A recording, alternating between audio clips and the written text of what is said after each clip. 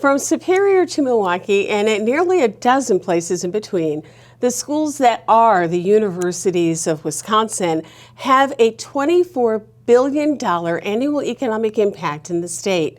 It's often considered Wisconsin's talent pipeline, and its 162,000 students are the lifeblood of business and cultural growth. There are significant challenges facing every campus. More than a decade of stagnant state funding and budget cuts, combined with a fewer college-age students and other issues, are impacting the campuses and the communities they serve. Joining us to talk about the challenges and the future of the universities of Wisconsin is Jay Rothman. Since June 2022, he's been president of the Universities of Wisconsin. Thanks so much for coming in to talk to us, President Rothman. We appreciate it. It's a pleasure to be with you today. Thank you. Thank you. Well, the universities of Wisconsin are a critically important topic for the community, so we are glad that you are here with us. And we really want to start out by talking about that. People may be used to the old name of the collection of colleges and universities, the UW system. It's now the Universities of Wisconsin. Why was that name change made, and what does it really reflect? What it reflects is that the universities are where the educational mission occurs. That's where our students are educated. We're educating more than 162,000 students as we sit here today that are the workforce that will be the pipeline that will really support Wisconsin. We did some market research, and what we found was each of our universities, particularly within their regions, were very well respected, but the population as a whole did not know that we are 13 interconnected. We have this constellation of 13 universities within the state that work collaboratively together to help support the state of Wisconsin. That was one finding. The second finding we heard is under our old name, which was the UW system, people either didn't know what the UW system was or they confused it with UW-Madison. And what we said is that, listen, we want to rebrand ourselves, focus on what's important, focus on the students. That work is done by the universities, and we are now the Universities of Wisconsin.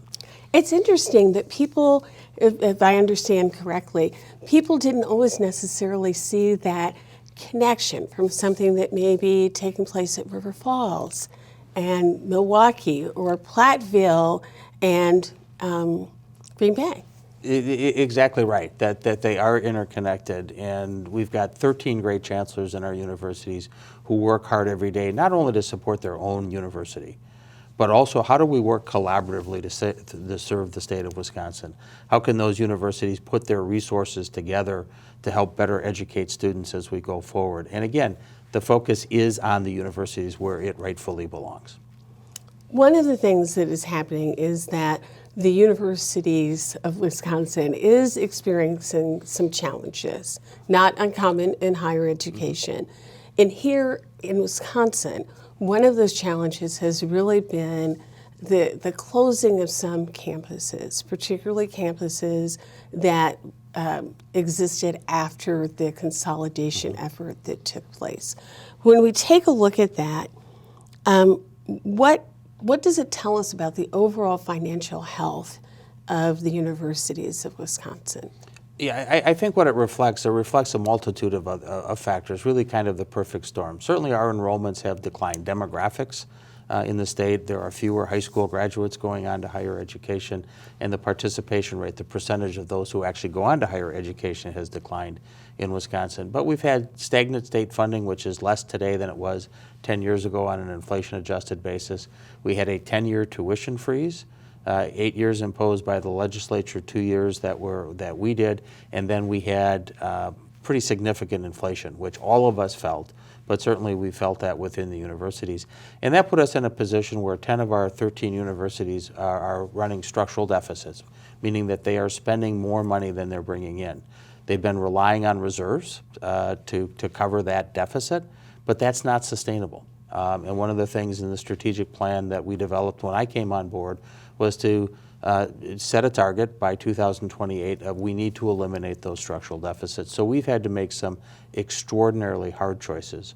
I continue to believe we have to be responsible and good stewards of taxpayer money on the expense side, But we also have to be looking for other revenue, and hopefully the state will view this as a significant investment.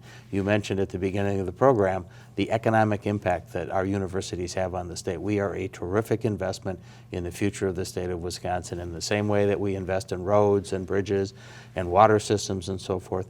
Investing in the human capital in our state will reap tremendous reward, and I think we need to get back to that and really looking at that seriously.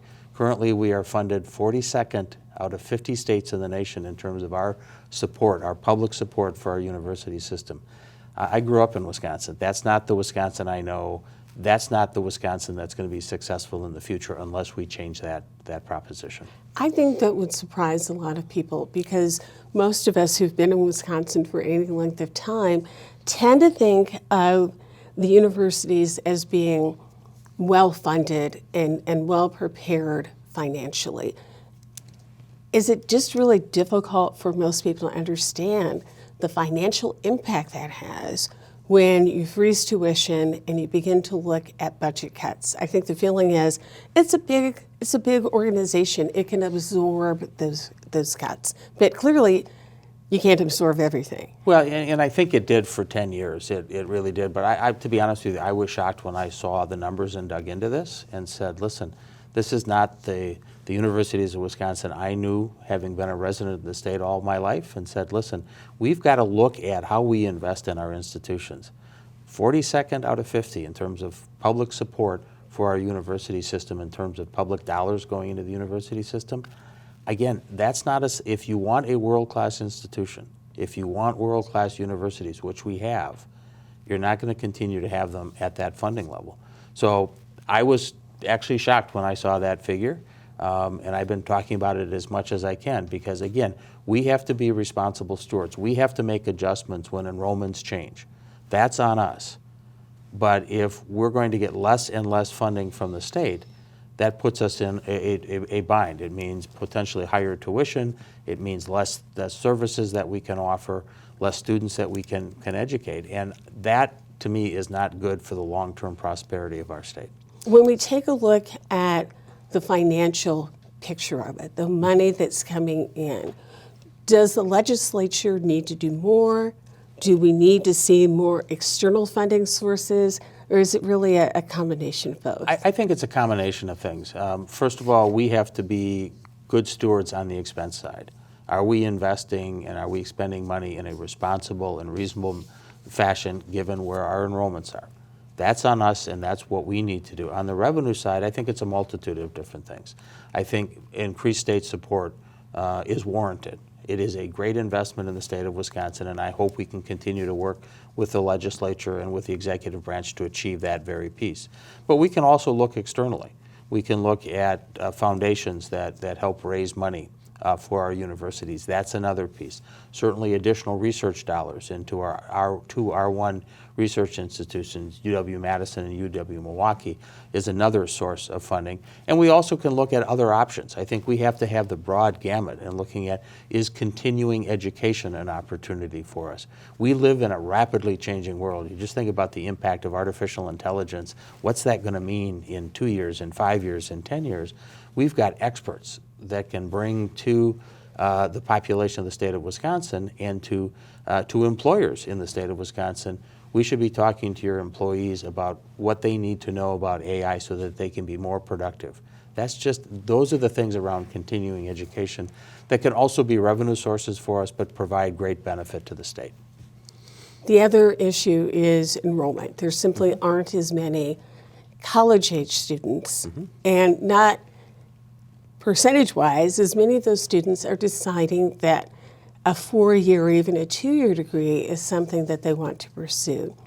How do you tackle that issue? Is part of it helping people understand the value of either a 2 or 4-year degree? Kind of tough now when people are looking at, there's a lot of discussion about student loan debt. There is, and there are a lot of different pieces to that. One is the economic data are unassailable around the value of that 4-year degree.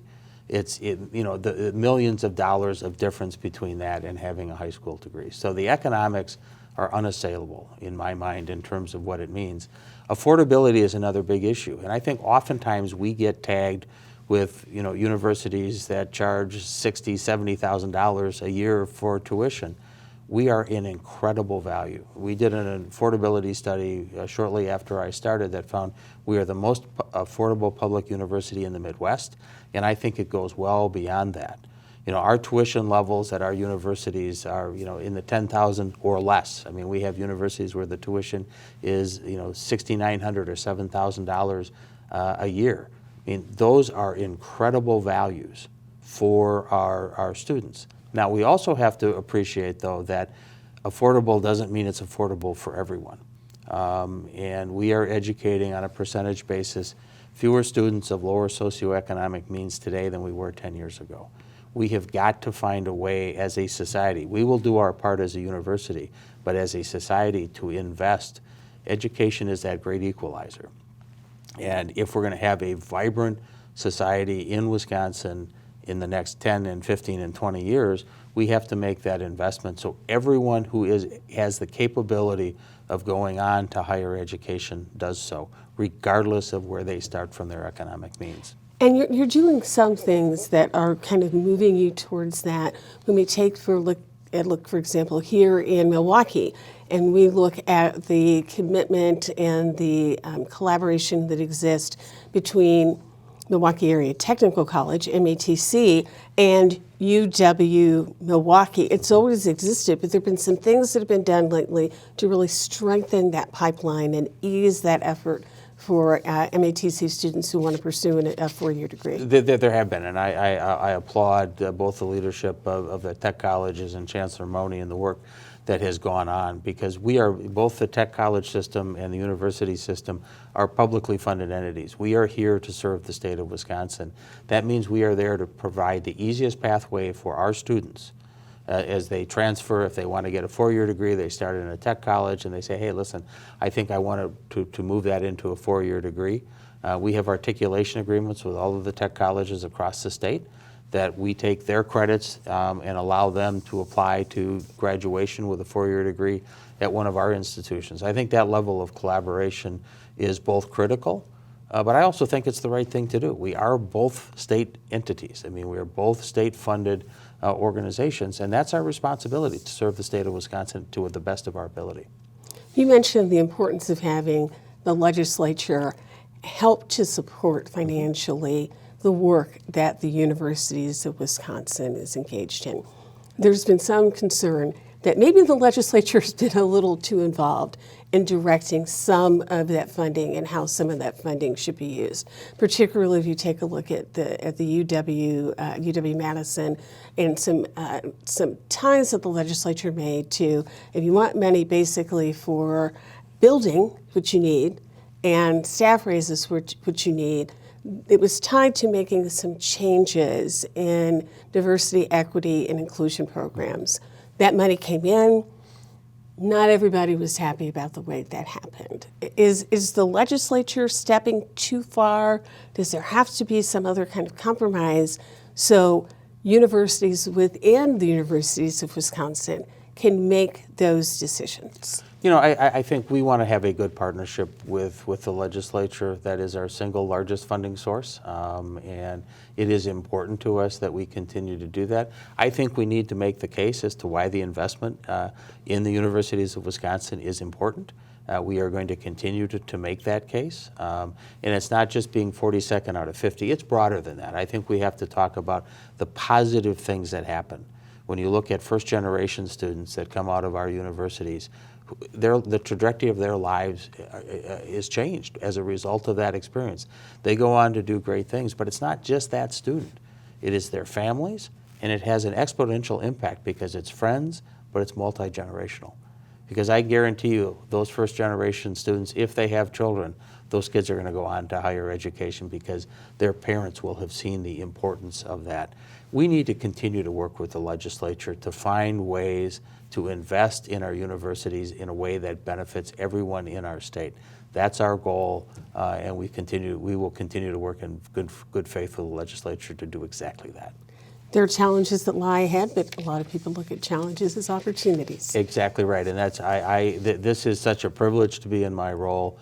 When I think about 162,000 students every single day are being educated in our institutions. It is changing their lives. It is changing the economic prospects for the state of Wisconsin. Those are the opportunities I think about. The challenges we will work through, we will do our best to deal with those challenges. But I really am bullish about the future because of the impact that our universities have on our students. Jay Rothman, President of the Universities of Wisconsin, thanks so much for being with us. Thank you very much. We'll be right back.